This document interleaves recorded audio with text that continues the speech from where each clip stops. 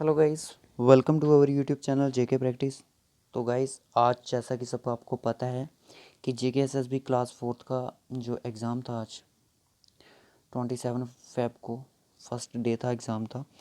तो एग्ज़ाम को देख के बच्चों का मूड काफ़ी अपसेट हो चुका है, जहाँ तक मुझे लग रहा है।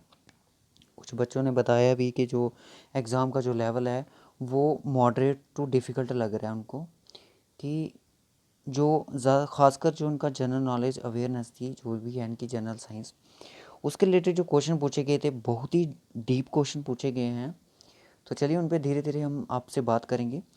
तो सबने पेपर देख ही लिया होगा कि जो पेपर है वो किस तरह से है, कैसे किस टाइप के क्वेश्चन आए हैं। तो कहीं ना कहीं जो मैथ था, मैथ का जो लेवल था वो मॉडरेट लेवल लग रहा है मुझे भी। कुछ क्वेश्चन इजी हैं, ऐसी बात नहीं है, क्योंकि आपको पता है कि प्रोबेबिलिटी के ऊपर भी कुछ क्वेश्चन यहाँ पे आए हैं, परसेंटेज के ऊपर भी क्वेश्चन आए हैं, और भी बहुत सारे क्वेश्चंस आए हैं। तो जैसा कि आप यहाँ पे देख सकते हो, एवरेज एज के रिलेटेड क्वेश्चन आए हैं। तो ये कहीं ना कहीं मॉडरेट लेवल का क्वेश्चन है। इस तरह से क्वेश्चन हमने अपने चैनल पे करवाए थे। लेंथ ऑफ रूम, ये आपका मेंसुरेशन से क्वेश्चन है, एवरेज से रिलेटेड क्वेश्चन आया है। उसके बाद प्रोबेबिलिटी से क्वेश्चन आया है। उसके बाद sum of the ages, age relation से क्वेश्चन आया है। उसके बाद क्वेश्चन आया है ABC can do a piece of work in 36, बहुत ही ईजी क्वेश्चन है ये। टाइम एंड वर्क से क्वेश्चन आया है। Cuboid whose length is mensuration से क्वेश्चन है। उसके बाद ये भी टाइम एंड वर्क से है, पी एन क्यू टू, मतलब कि टाइम एंड वर्क से क्वेश्चन 3 से 4 क्वेश्चन दिख रहे हैं यहाँ पे। ठीक है, 3 से 4 क्वेश्चन। तो एज के रिलेटेड भी 2 से 3 क्वेश्चन होंगे इसके। बस यही इसके 20 क्वेश्चन हैं जो कि आपसे एग्ज़ाम में पूछे गए हैं। तो एग्ज़ाम में जो मैथमेटिक्स है, मैथमेटिक्स में 10 क्वेश्चन कुछ ऐसे हैं जो कि थोड़े ठीक हैं, कुछ क्वेश्चन ऐसे हैं जो कि मॉडरेट लेवल के। तो जो मैथ का जो पैटर्न है, एग्ज़ाम लेवल है, वो मॉडरेट लग रहा। ठीक है। उसके बाद बात करते हैं हम रीजनिंग की। उसके बाद आई आपकी रीजनिंग। तो रीजनिंग का जब मैंने पूरा चेक किया तो आपको पता है रीजनिंग हमने अपने चैनल पे बहुत ही अच्छे से पढ़ाई थी, अच्छे तरीके से बहुत सारी वीडियोस आई थी। मैंने सेक्शनल टेक्स्ट भी इस पे अपने आपसे किए थे। तो कहीं ना कहीं अगर मैं रीजनिंग की बात करूं, जो हमने पढ़ाया था वहाँ पे वो चीज़ें आई। ठीक है। ब्लड रिलेशन पढ़ाया, इसी तरह से पॉइंटिंग वाला आया। ठीक है, क्वेश्चन इजी था, इसका आंसर है जो आप सबको पता ही होगा। तो इस क्वेश्चन की बात करूं, ये 22 क्वेश्चन, क्वेश्चन नंबर डी का, सीरीज़ डी का। तो इस क्वेश्चन में अगर मैं बात करूं, ये कहीं ना कहीं मुझे मॉडरेट लेवल का लगा। इस तरह से अगर जिन बच्चों ने प्रिपेयर किया होगा, तो आई नो कि सभी हमारे चैनल पे तो डिपेंड नहीं थे, बट जो रीजनिंग का मुझे ये क्वेश्चन लगा थोड़ा डिफिकल्ट लगा। बाकी यहाँ पे कॉम्पोजिट नंबर देख सकते हो, एनालॉजी के बेस पे, मतलब कि इस तरह से आया है क्वेश्चन। उसके बाद टाइम डिस्टेंस का क्वेश्चन आया है। ठीक है। तो उसके बाद ये भी वहीं का है। तो यहाँ पे देखो ऑड वन फिगर का है। ठीक है, यहाँ इसमें से ऑड फिगर कौन सी है, तो ये अगर आपने प्रैक्टिस की होगी तो आप सामने ढूंढ सकते हो कि ऑड फिगर ए है। उसके बाद सीरीज़ क्वेश्चंस आए थे। ये कि सीरीज़ तो जो मैंने इतनी डिफ़िकल्ट आपको करवाई थी अपने चैनल पे, तो ये तो सिंपल सीरीज़ थी। ऑप्शन इसका डी था, 23 इसका आंसर था। उसके बाद यहाँ पे देखिए सीरीज़ के 3 क्वेश्चन आए हैं, 85, 10, 75, 14। तो इसका राइट ऑप्शन था वो गाइस था 65 था। आफ्टर दैट देखें, थोड़ा यहाँ पे ब्लर हो चुका है। तो यहाँ पे रीजनिंग का ये क्वेश्चन आया था, ये आपका ब्लड रिलेशन से क्वेश्चन था। तो ब्लड रिलेशन काफ़ी 3-4 मार्क्स का पूछा गया है। तो इसका जो राइट ऑप्शन था वो सी है। कोडिंग डिकोडिंग इस तरह से बैंक के एग्ज़ाम में पूछी जा सकती है, जाती है। तो यहाँ पे पूछा था कि नॉलेज का कोड क्या है। तो आपने यहाँ से ढूंढना था कि के का कोड सबसे पहले क्या है, आर है, एन का कोड एफ है।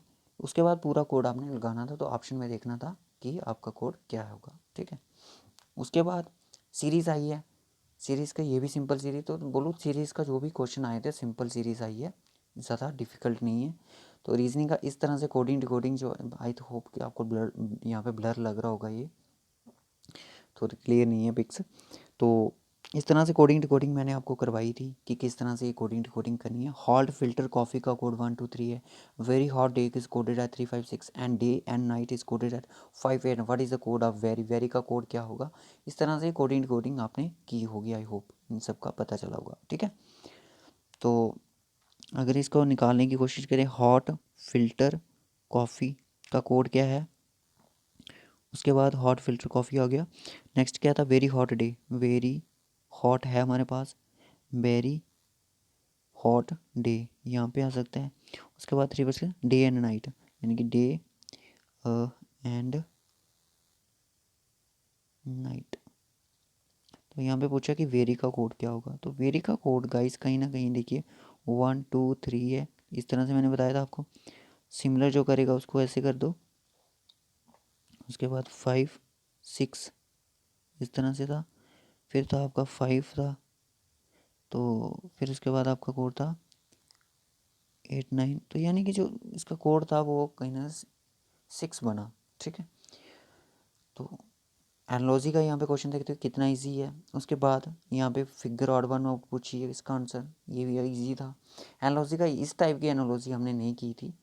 तो 2 क्वेश्चन थे एनालॉजी के जो टफ लगे, ये रिसेंटली मैंने आपको करवाया, ठीक है, कि ब्लड रिलेशन इस टाइप से कोडिंग डिकोडिंग हिसाब से भी पूछते हैं। तो इसका भी जो ऑप्शन था वो आपका आई थिंक ए था इसका। तो ये इस तरह से जो नंबर कोडिंग डिकोडिंग थी ये भी मैंने आपको करवाई थी रिसेंटली लेक्चर्स में। जिन्होंने हमारे लेक्चर देखे होंगे उनको पता होगा कि रीजनिंग जहाँ तक हमने पढ़ाया, तो मैं कह सकता हूँ कि 80% रीजनिंग हमने यहाँ पे जो करवाई उसी टाइप की आई, ठीक है। टाइम एंड वर्क जो भी चीज़ें थी इस तरह से, सॉरी टाइम एंड वर्क नहीं, coding decoding, number series, analogy, blood relations, figure out one out, figure series completion, वो नहीं यहाँ पे दिख रही है मेरे को। बाकी सब कुछ चीज़ें पूछी गई हैं। नंबर सीरीज़ 3 नंबर की है कि मैंने बोला था उसी टाइम बोला था कि अगर आपको एनालॉजी के क्वेश्चन आएंगे तो आपसे एनालॉजी 2 से 3 मार्क्स की पूछी जाएगी, नंबर सीरीज़ आपसे 2 से 3 मार्क्स की। तो देखिए 3 नंबर क्वेश्चन है एनालॉजी, उसके नंबर सीरीज़ के 3 आपको एनालॉजी के लगे, उतने ही हैं जितने हमने बोला था, 2 से 3 प्रिडिक्ट किए थे। ओके गाइस, चलते हैं नेक्स्ट पे चलते हैं। लेवल क्या है रीजनिंग का, तो रीजनिंग का गाइस जो लेवल है वो मुझे कहीं ना कहीं इजी लेवल लगा। तो इजी कह सकते हो आप, इजी लेवल था रीजनिंग का, कुछ ज़्यादा वो नहीं था। जिसके ने प्रैक्टिस नहीं की थी तो उसके लिए तो डिफ़िकल्टी होना था, जिन्होंने प्रैक्टिस की थी उनके लिए रीजनिंग का इजी लेवल था। तो कमेंट करके ज़रूर बताएं जिनका आज पेपर था कितने क्वेश्चन उन्होंने अटैम्प्ट किए हैं। तो फाइनली घर से तो कोई टारगेट नहीं लेना था।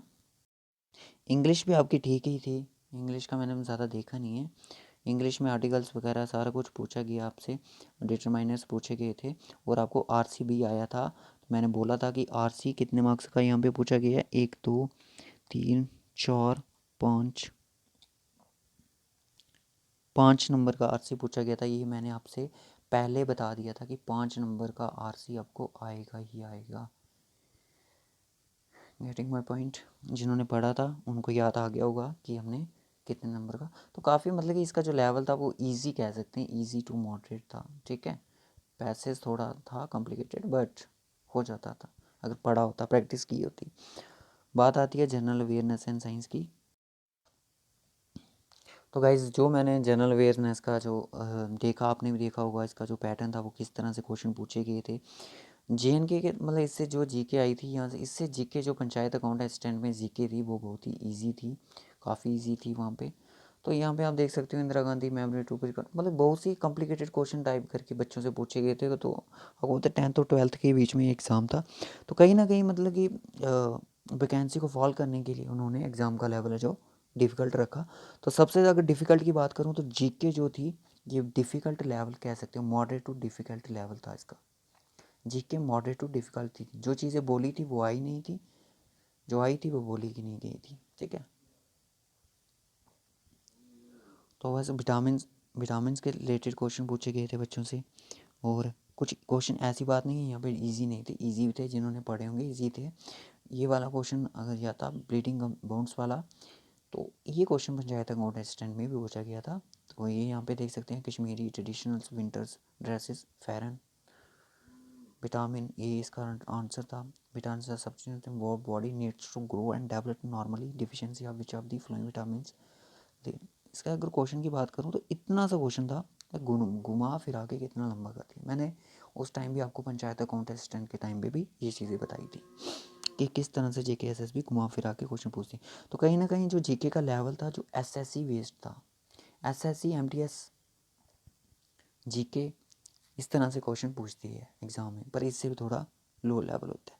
पर इस यहाँ पे तो हद कर दी है उन्होंने। तो गाइज़ ये बहुत ही मतलब जीके थी सबसे ज़्यादा, अगर मैं बात करूँ डिफ़िकल्ट थी तो वो आपकी जीके थी। अब बात आती है कि जो एग्ज़ाम में एक्चुअल कट ऑफ होगा वो इसका कितना रह सकता है। तो गाइज़ एक्चुअल कट ऑफ हम इसका डिसाइड नहीं कर सकते, बट जितना भी मतलब कि अगर अभी हम कह नहीं सकते, मतलब एग्ज़ाम को देख के मैं ये कह सकता हूँ कि जो इसका कट ऑफ है वो 65 से ऊपर नहीं जा सकता। इसका 60 टू 70 ज़्यादा बोल दिया उन्हें, 60 70 रखो। मतलब इससे इस टाइप का अगर पेपर होता एक दिन का तो ये कट ऑफ होता। 70 भी ज़्यादा बोल दिया, छोड़ो परे, 65 कट ऑफ, ठीक है। और अपना अटैम्प्ट ज़रूर सेंड करें। आंसर के का कोई पता नहीं है, आज आती है या फिर तीनों जो शिफ्ट्स होंगी उनकी एक दिन में ही आती है। तो डिमोटिवेट मत होइए, नेक्स्ट यहाँ पे लाइफ ख़त्म नहीं होती अगर आपका एग्ज़ाम अच्छा नहीं हुआ। आई वो मुझे पता है कि एग्ज़ाम का लेवल था जो डिफ़िकल्ट था, और जिनका कल पेपर है उनको wish you all the best. उनके लिए भी शाम को एक ट्राई करेंगे, वीडियो लाएंगे। तो ओके गाइस, मूड ऑफ मत कीजिए, जो हो गया सो हो गया। अपने एंड से हमने जो चीज़ें करवाई थी मैथमेटिक्स में मेंसुरेशन हम नहीं कर पाए, तो वो चीज़ें पूछी गई, और